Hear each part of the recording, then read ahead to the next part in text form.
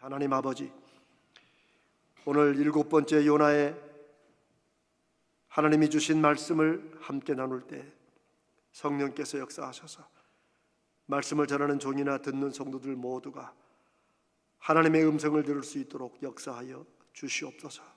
우리 주님 예수님의 이름으로 기도드립니다. 아멘. 우리는 지난주에 요나가 다시 니느웨 성으로 갈 수밖에 없고, 그리고 그곳에 가서 꼬박 3일을 걸어야지 다 돌 수 있는 큰 성을 요나는 겨우 하루 동안 다니며 하나님 말씀을 전했다고 했습니다. 그래서 제가 한마디로 대충 전한 거다. 그나마 요나가 전한 메시지는 40일이 지나면 니느웨가 무너지리라는 그 말 그대로 하나님의 심판만 전했지, 그러면 어떻게 해야 살 수 있는가, 어떻게 해야 이 성이 무너지지 않을 수 있는가를 알려주지 않았다는 거예요. 참 무심하고 무책임 한 선포였다고 그렇게 말씀을 나눴습니다. 만약 우리가 이 세상에서 세상적으로 하는 무슨 일이라면 누군가 책임을 맡은 사람이 요나처럼 이렇게 일을 제대로 하지 않았거나 대충 했으면 그 결과는 뻔합니다. 실패입니다. 실패. 그런데 우리가 오늘 읽은 말씀처럼 깜짝 놀랄 일이 일어납니다. 40일이면 시작될 하나님의 임박한 심판 앞에서 그러면 대체 어떻게 해야 살 수 있느냐, 어떻게 하라는 말이냐라는 대책도 안 알려주고, 그나마 영혼을 사랑하는 마음도 없는 그런 선지자의 메시지를 들은 니느웨 백성들이 갑자기 죄를 뉘우치고 회개하기 시작한 것입니다. 회개하는 것이 마치 큰 파도의 물결처럼 온 성을 다 뒤덮게 되었습니다. 오늘 우리가 읽은 본문 5절에서 9절을 보면 백성들로부터 시작된 이 회개와 금식이 이 악독한 왕에게 들리자 이제는 어떻게 했어요? 왕이 앞장서서 자기 왕복을 벗고 베옷을 입고 죄를 뒤집어 쓰고 회개합니다. 온 성에 조서라는 건 우리로 말하면 시행령, 법을 새로 만든 거죠. 그래서 사람이나 짐승도 양떼도 소떼도 금식해라, 양떼도 소떼도 베옷을 입어라, 그러면서 힘써 하나님께 부르짖을 것이며 각기 악한 길과 손으로 행한 강포, 이 강도 같은 짓에서 떠나라고 명령합니다. 창세기부터 요한계시록까지 성경 어디에서도 회개의 역사는 나오지만 사람과 짐승, 가축까지 금식하고 베옷을 입고 회개에 동참하게 하는 이런 강력한 회개는 여기 한 군데뿐입니다. 이게 대체 어떻게 된 일입니까?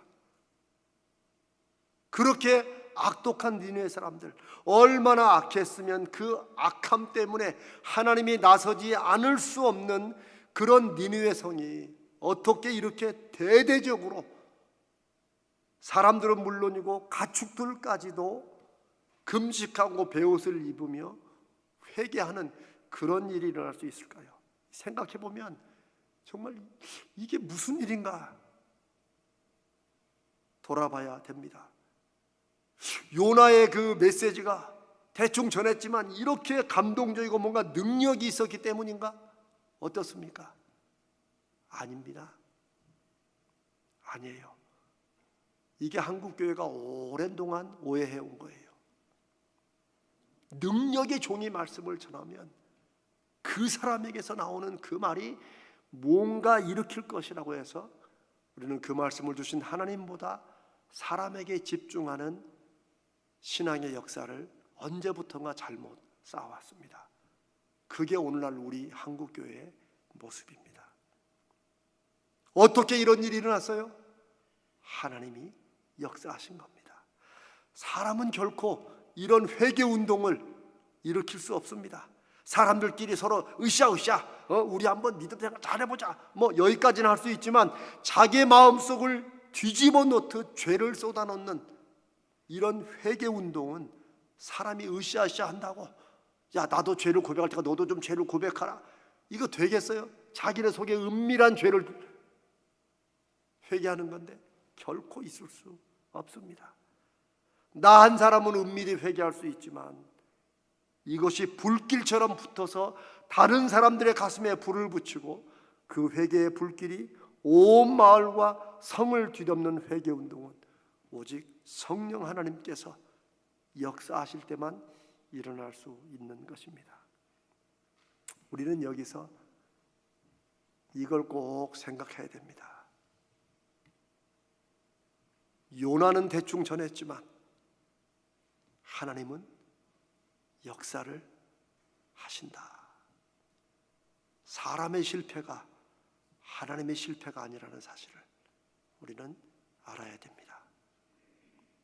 그래서 오늘 제가 말씀의 제목을 그래도 일하시는 하나님이라고 전한 것입니다. 하나님은 마치 요나가 그 심판의 메시지를 전할 때만 기다리고 계신 것처럼 기다리시다가 요나가 어떻게 전했든 그 메시지에 사람들의 심령을 뒤흔들어서 강력하게 역사하신 것입니다. 여러분, 총이나 대포에 다 방아쇠라는 게 있습니다. 한번 생각해 보세요. 이 총이나 지금 뭐 전쟁들이 일어나지만 이 대포는 이게 엄청난 결과를 내죠. 총에 맞거나, 당연히 상상을 우리가 할 수 없는 일이죠. 총에 맞거나 대포가 터지면 그 주위가 다 무너지죠. 그런데 총이나 포가 발사되기 위해서 뭐가 필요해요? 방아쇠가 필요합니다.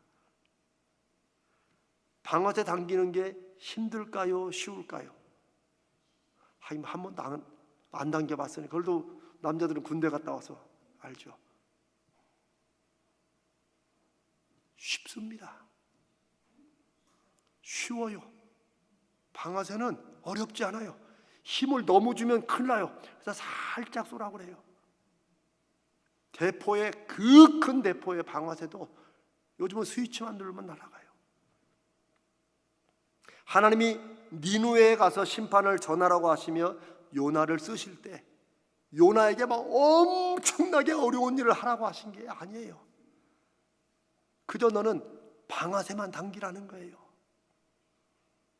하나님이 오늘 우리에게 시대마다 믿음으로 살라고 하시는 것도 막 믿음으로 사는 게 엄청 어려운 것처럼 우리는 생각해요. 마치 막 손해보는데 그래도 하나님을 위해 살아야 될 것처럼. 그러나 하나님은 믿음의 방아쇠를 그냥 당기라는 거예요.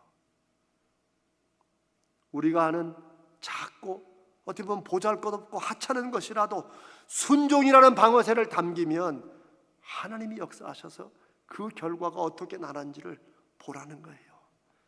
하나님은 그렇게 교회 2000년 역사를 이끌어 오셨고 앞으로도 그렇게 하실 것입니다. 문제는 내가 내 삶의 방어쇠를 믿음으로 당길 것인가 하는 것입니다. 바로 이 비밀이 대충 성의도 없이 마음도 없이 전한 심판의 메시지에 온 니느웨가 회개하고 구원을 받게 되는 역사가 일어난 것입니다. 그 악독했던 니느웨의 회개는 이 회개의 장면이 5절부터 9절까지인데 이거 잘 구분을 보면 우리의 진정한 회개가 무엇인지, 정말 회개하는 사람은 어떤 일이 일어나는지를 세 부분으로 보여줍니다. 첫 번째는 니느웨 사람들은 우리는 모두 하나님 앞에 똑같은 죄인이라고 인정하는 모습이 나옵니다. 누구는 더 악하고 누구는 덜 악하다는 생각이 없었어요. 높은 사람이나 낮은 사람이나 다 회개했다고 그랬어요. 사람들 생각에는 갈수록 좀 누구는 좀 더 양심적이고 누구는 좀 더 악한 사람들이라고 생각합니다. 물론 그런 사람들이 있을 수 있습니다. 있죠. 그런데 그들은 왕도 죄인이고 일반 백성도 죄인이고 심지어 짐승들까지도 똑같이 하나님 앞에 지은 죄가 크다는 것을 인정했다는 거예요. 죄에 있어서는 차별을 두지 않습니다. 우리는 다 하나님 앞에 죄인이라고 말할 때 나는 그래도 누구보다는 조금 덜하지, 이런 회개의 마음이 아닙니다. 저는 바로 이 마음이, 우리는 하나님 앞에서 모두가 똑같은 죄인이다, 이것이 지금 우리나라, 우리 사회에 필요한 회개라고 믿습니다. 누구는 좀 낫고 누구는 더 나쁜 게 아니라는 거예요. 진보는 나쁘고 보수는 좋고, 보수는 나쁘고 진보는 좋고, 잘 사는 사람이 문제가 있고 못 사는 사람은 문제가 없고, 반대로 못 사는 사람은 문제가 많고 잘 사는 사람은 문제가 있고, 이런 게 아니라는 거예요. 하나님 앞에 다 죄인이라는 거예요.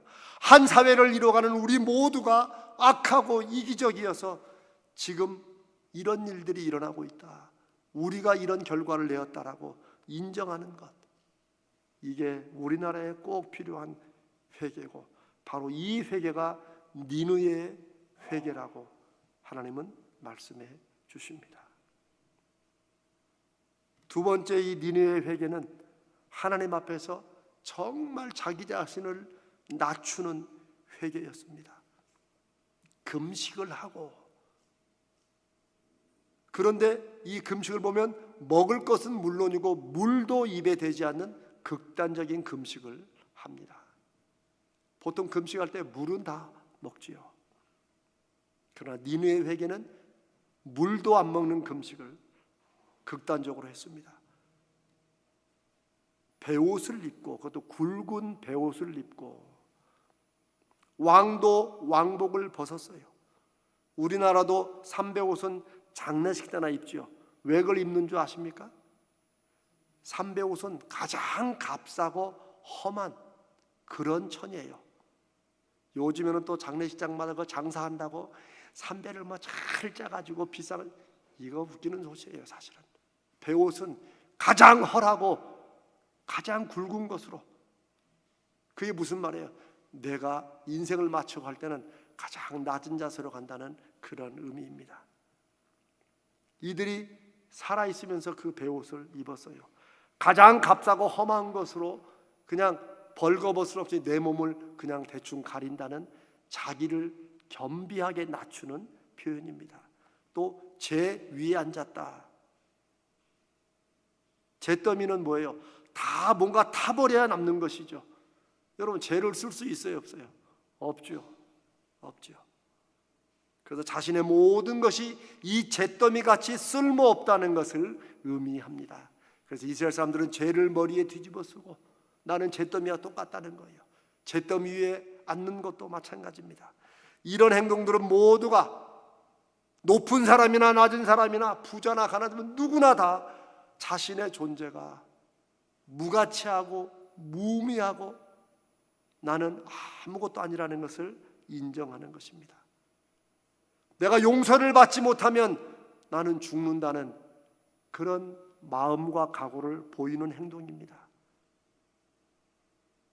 저는 오늘 우리들에게, 우리 예수 믿는 사람들부터 이 나라와 이 민족을 위해 기도할 때 우리에게 필요한 진정한 회개는 이렇게 우리 자신을 진정으로 낮추는 이런 회개가 필요하다고 믿습니다. 세 번째, 니느웨의 회개는 자신들의 삶을 완전히 뒤집어 바꾸는 그런 회개였습니다. 8절에 보니까 그 왕이 왕복을 벗고 자기도 굵은 베옷을 입고 제위에 앉으면서 백성들에게 말하기를 각자 자기의 악한 길과 손으로 행한 모든 강포에서 떠나라고 명령합니다. 그럼 자기는 안 떠나고 명령만 하겠어요? 요즘 정치인들의 문제는, 죄송합니다, 지들은 안 해요. 사람들에게만 뭐라 그래요. 그러나 니느웨 왕의 이런 명령에 니느웨 사람들이 다 순종하고 따라합니다. 여러분, 니느웨는 옛날 철기 문명을 시작한 아시리아, 아수르의 한때 수도였습니다. 그러니 이 니느웨 사람들도 스스로 농사짓고 가축 길러서 먹고 사는 그런 민족이 아니에요.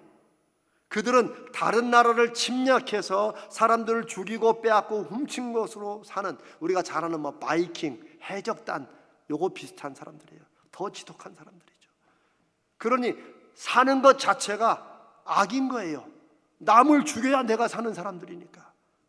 그러니 이런 사람들이 각기 악한 길과 손을 행한 모든 강도질에서 떠나라. 이거는 완전히 그냥 인생을 송두리째 뒤바꿔 진짜 이렇게 바꾸지 않으면 진짜 죽기 아니면 살기로 인생을 바꾸는 거죠. 진정한 회개는 마음속에 후회하고 뉘우치는 것으로 끝나지 않습니다. 행동과 내가 살아가는 인생의 방식을 바꾸는 것이 진짜 회개입니다. 그래서 회개는 그냥 교회에서 하라고 그러니까 하는 이런 종교적 예식이 아니에요. 회개는 내가 살았던 길이 하나님 보시기에 너 그렇게 살면 잘 사는 것 같지만 결국은 너 후회한다라고 하는 것을 말씀을 듣고 알고 내 삶을 완전히 뒤바꿀 때 회개야말로 우리의 인생이 새로워질 수 있고 뒤바뀔 수 있는 거룩하고 정말 기가 막힌 하나님이 주신 축복의 기회입니다. 근데 이 회개가 입에만 붙어 있는 게 우리 한국교회의 문제죠. 그러나 오늘 우리는 이 말씀을 통해 우리가 먼저 이 세상에 보여줘야 될 회개가 바로 이런 회개라고 믿습니다. 누구나 같이 똑같이 하나님 앞에 죄인이라는 것을 인정하고 하나님 앞에 자기를 바짝 낮추는, 그리고 낮추는 것만이 아니라 자신의 삶을 바꾸는 이 회개. 대체 니느웨 사람들이 이렇게 철저하게 회개하게 된 이유가 뭘까요? 물론 하나님의 심판이 무섭고 두려웠을 것입니다. 그런데 하나님이 무섭고 두렵다는 게 이게 어디서 나오는 거예요? 금식하고 베옷을 입고 잿더미 앉는 이런 행동을 진심으로 하게 하는 것이 뭘까요? 회개에서 가장 중요한 것, 회개를 회개답게 하는 것, 그게 하나님을 믿는 것입니다. 여러분, 아무리 40일이 지나면 니느웨가 무너진다고 해도 그 심판이 무섭고 걱정돼도 그게 믿어져야 무서운 거죠. 그렇죠? 동네 개가 짖는 소리로 안 믿으면 무서울 게 하나도 없는 거예요. 그러니까 이들이 심판을 두려워하고 회개했다면 그 심판을 말씀하시는, 심판을 시행하시는 하나님을 믿었다는 거예요. 성경에 보니까 5절에 이들이 하나님을 믿었다. 니느웨 사람들의 회개를 기록하면서 첫 시작이 니느웨 사람들이 하나님을 믿고 금식하고 베옷을 입고 이렇게 시작됩니다. 이건 우리에게 말씀해 주는 게 큽니다. 하나님을 믿지 않으면, 하나님이 믿어지지 않으면, 하나님을 인정하지 않으면 금식하고 베옷 입고 잿더미에 앉는 행동은 다 할 수 있지만 이건 요식행위예요. 그냥 일주일에 한 번씩 교회 나와서 하는 거예요. 마음에 없는 위선이에요. 예수님이 가장 싫어하시고 그런 사람들이 독사의 자식들이라고, 자기도 천국 안 들어가고 남도 못 들어가게 막는 거라고 했어요. 진정으로 하나님을 믿는 마음에서 진정한 회개가 나오는 것입니다. 그런데 하나님을 진정으로 믿고 회개가 나올 때 여기 아주 중요한 게 있어요. 바로 이 믿음에서 자기들이 진정으로 회개하면 그 심판을 하신다는 하나님이 혹시 용서해 주실지도 모른다고 바라고 기대하는 마음이 생긴다는 거예요. 이거 배워서 되는 게 아닙니다. 우리도 제자훈련을 하지만 우리는 제자훈련이 성격보가 아니라고 자꾸 강조하는 게 그거예요. 한 말씀을 나눠도 내 가슴에서 진심으로 내 간증을 나누고 삶을 나누는 것이지 그걸 받아쓰기로 배우는 게 아니에요. 이게 참 중요합니다. 니느웨 사람들이 언제 하나님을 믿었어요? 몰랐어요.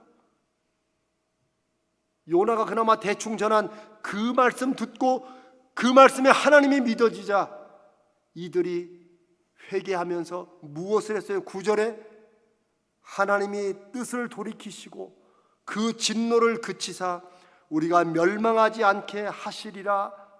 그렇지 않을 줄을 누가 알겠느냐.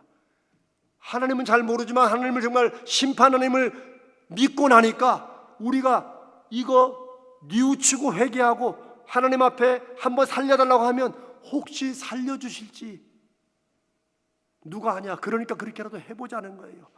이걸 설명으로 회개하면 용서해 주신다, 그러니까 해라라고 이렇게 가르친 한국교회 회개가 오늘날 가짜 회개들을 만들어 놓고 가짜 신앙을 만들어 놓은 거예요. 하나님이 진심으로 믿어지면 그 하나님이 두려울 때는 회개가 나오고 그 하나님이 좋을 때는 감사가 나오는 것입니다. 이게 참 기가 막힌 말씀이죠. 하나님을 잘 모르던 이 사람들이 하나님을 진심으로 믿었기 때문에 그 하나님께 오히려 바라고 기대하는 마음도 생긴다는 것, 이게 우리의 믿음에 대해서 기막힌 말씀을 해 주십니다. 그래서 어떤 사람은 믿음은 하나님을 향해 긍정적이고 일관되게 기대하는 것이라고 그렇게 말했습니다. 이것이 바로 요나가 전한 하나님의 심판에 회개하면 용서해 주신다는 그런 말이 없었는데도 니느웨의 왕과 백성들은 회개했던 이유입니다. 요나를 통해 선포된 하나님을 믿었기 때문에 하나님의 용서를 바라고 회개한 것입니다. 하나님을 진정 마음에 믿으면 하나님을 잘 모르더라도 기대하고 바라게 됩니다. 이게 믿음의 신비입니다. 그래서 예수님이 먼저 된 자가 나중되고 나중된 자가 먼저 된다는 거예요. 세상은 그렇지 않습니다. 먼저 오랫동안 믿는 사람이 당연히 앞서고 그 사람이 많이 알고 믿음도 큰 거예요. 그러나 하나님의 나라는 그렇지 않습니다. 먼저 된 사람도 그 중심이 하나님에 대한 믿음으로 서지 않으면 오래만 믿었지, 오래만 교회 다녔지 어린아이 같은 신앙이고 하나님을 전혀 모르는 거예요. 그게 한국 교회들의 혼란입니다. 내가 몇십 년을 다녔는데 이런 사람들이 교회에 있기 때문에 하나님의 역사하심이 나타나지 않는 것입니다. 지금 바로 예수를 믿었더라도 그 하나님이 믿어질 때 하나님을 진심으로 의지하고 바라는 것, 이게 믿음이고 그 믿음에서 하나님이 역사를 하시게 된다는 것입니다. 그러니 아무리 믿는다고 해도 하나님에 대한 기대가 없으면 사실은 안 믿는 것과 다를 바 없습니다. 니느웨는 이렇게 진심으로 자기를 낮추는 철저한 회개에 어떻게 하나님은 역사하셨습니까? 당연히 하나님은 기다리셨다는 듯이 그들을 용서해 주십니다. 그게 10절이죠. 하나님이 그들이 행한 것, 곧 그 악한 길에서 돌이켜 떠난 것을 보시고 그냥 40일의 유예기간을 주셨는데 그냥 이들이 한번 회개하고 끝난 게 아니고 자기를 낮추고 죄를 인정하고 자신의 악한 행위에서 떠나는 실천을 할 때 그 40일 동안 하나님이 쭉 지켜보시는 것 같아요. 그러나 이들이 그 악한 길에서 떠난 것을 보시고 하나님의 뜻을 돌이키사 그들에게 내리리라고 말씀하신 그 재앙을 내리지 아니하셨다고 이렇게 기록하고 있습니다. 사랑하는 여러분, 우리가 요나를 계속 나누면서 제가 말씀을 계속 연구하고 여러분과 함께 나누려고 준비하면서 야, 정말 이 시대에 이 요나가 내가 바로 요나구나, 끝까지 하나님과 대결하고 대적하고 싫어하는 그 요나, 그러나 껍질은 선지자예요. 그러나 어느 시대나 특별히 지금도 하나님의 역사는 우리가 얼마나 노력하는지, 우리가 얼마나 참여하는지 이것과 상관없이 이루어진다는 것이에요. 물론 하나님은 아무나 무턱대고 부르시지도 않습니다만 그렇다고 능력이 있어야 하나님이 능력 있는 사람들을 사용하시는 것도 아니라는 것, 제가 인생에서 가장 크게 깨달은 것입니다. 하나님은 어떤 환경, 어떤 상황에서도 끝내는 하나님의 선하신 뜻과 계획을 이루어 가십니다. 그래서 요나서에 수없이 많은 핵심 메시지가 있지만 다시 한번 강조합니다. 사람의 실패가 하나님의 실패가 아니다. 사람이 안 하고 하나님의 뜻을 거부한다고 해서 하나님이 모든 일을 그냥 아무것도 못 하시고 하시는 게 아니라는 거예요. 정말 가슴에 영혼의 구원을 위한 열정과 사랑을 품고 하나님의 마음을 가지고 인생을 던지는, 인격적으로 도덕적으로 흠잡을 게 없는 그런 전도자들, 그런 성도들, 그런 목회자들, 이런 사람들은 하나님이 어느 시대에나 필요하고 쓰시는 사람들입니다. 그리고 저는 이 시대에도 그런 하나님의 사람들이 저는 많다고 저는 믿습니다.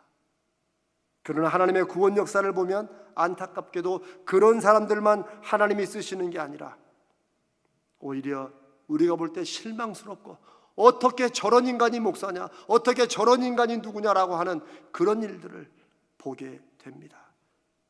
저는 이것을 하나님의 열심이라고, 너무 급하시기 때문에 사람은 누구라도 언제라도 변질되고 타락할 수 있음을 보여주는 증거이기도 하다고 그렇게 생각됩니다.